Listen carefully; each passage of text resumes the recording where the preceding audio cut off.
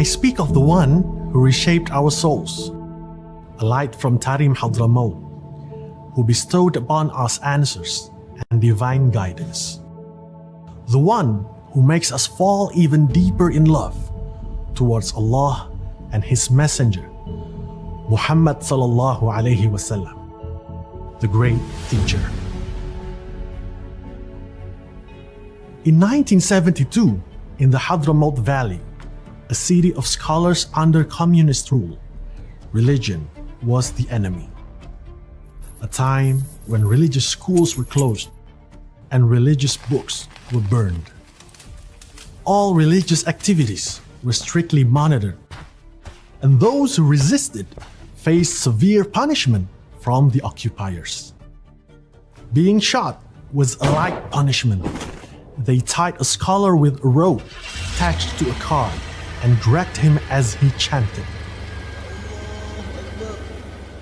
One of their greatest scholars, the Mufti, Habib Umar bin Hafidz, was on his way to Friday prayers with his 9-year-old son. Upon arriving at the mosque, he asked his son to wait for a moment, as his father needed to report to the communist authorities. His son waited. The call to prayer echoed, and people entered the mosque. The child said to someone in front of the mosque, لم يعد أبي بعد. It was time for the Friday prayer. He was still waiting for his father. His father was never seen again after that day. His body was never found. And this is the story of the son, Habib Umar. He grew up under the care and guidance of his older brother, Habib Ali Mashhur. He then followed in his father's footsteps, reclaiming the religious knowledge that the communists who had since left Hadramaut had tried to erase. A new beginning had started. Poverty did not stop him. He moved to another city without any provisions. He found teachers who not only enlightened his mind and broadened his perspective, but also revived his heart, exemplifying the most precious thing on earth, adab. Until his intellect and knowledge were complete, his manners and character shone through. He became a lover of the Prophet Muhammad sallallahu alaihi wasallam. When you see him, you see that he strives to embody every detail about the Prophet found in the books of Hadith. His sandals, his robe, his staff, his ring, his imamah, his rida, the way he walks, his smile, his etiquette when listening to others, his manner of eating and sitting, you can see it all. He idolizes the Prophet Muhammad sallallahu alaihi wasallam. His name became more widely known. He established a small educational institution called Darul Mustafa. He taught a few students, nurtured them, shared his living space with them, and even ate with them. Then, when those students returned to their homelands, they spread the adab and knowledge exemplified by their teacher. In a short time, they all became great names on the face of the earth, great scholars across the globe. Even a single one of his students could have millions of followers. The sciences of fiqh, tafsir, hadith, tasawwuf, and the 4 schools of thought became his expertise. He is known for holding many sanad and ijazah for books and sciences, which are sought after by students from various countries. He has also authored various works on topics such as aqidah, fiqh, akhlaq, hadith, dhikr, the seerah nabawiyah, nahu, and mawlid. Now, thousands of students come to Darul Mustafa every year. The institution has grown larger and is recognized at an international level.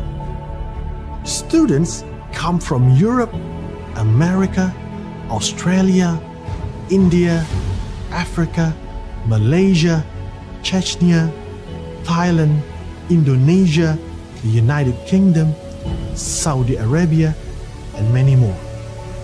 And many more great names have been born from his teachings across all continents. Respected by the great scholars of the world and respected by world leaders.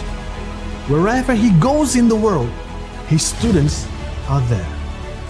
In 2005, he was a signatory of the Amman Message, an influential international document for world peace. And in 2007, he was a signatory at the A Common Word Between Us and You Forum. And in 2008, he also attended the International Forum, A Common Word and the Future of Muslim-Christian Engagement in London, England. Furthermore, in 2011, he participated in the Second Muslim Catholic Forum 2011 at the baptism site in Jordan. And in 2024, he was chosen as the most influential Muslim figure in the world in the 500 most influential Muslims released by the Royal Al-Bayt Institute in Jordan.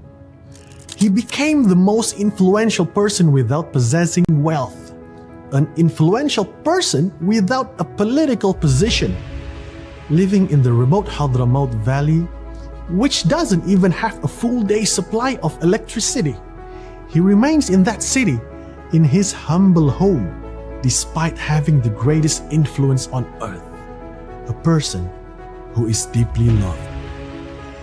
What is quite remarkable is that he is the one who taught each of his children how to read and write from a young age.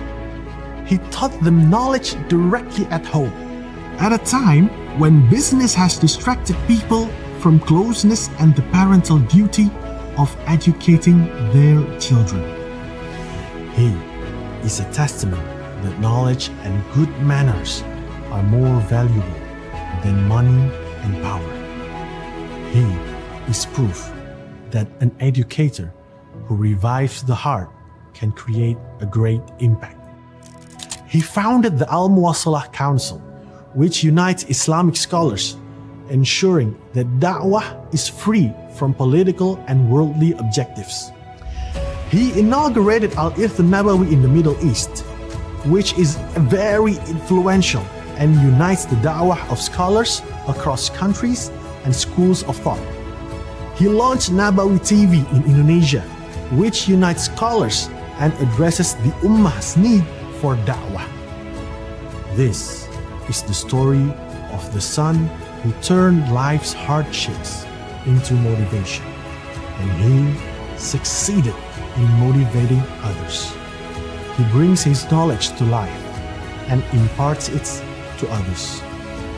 He revives his heart and helps others revive their hearts.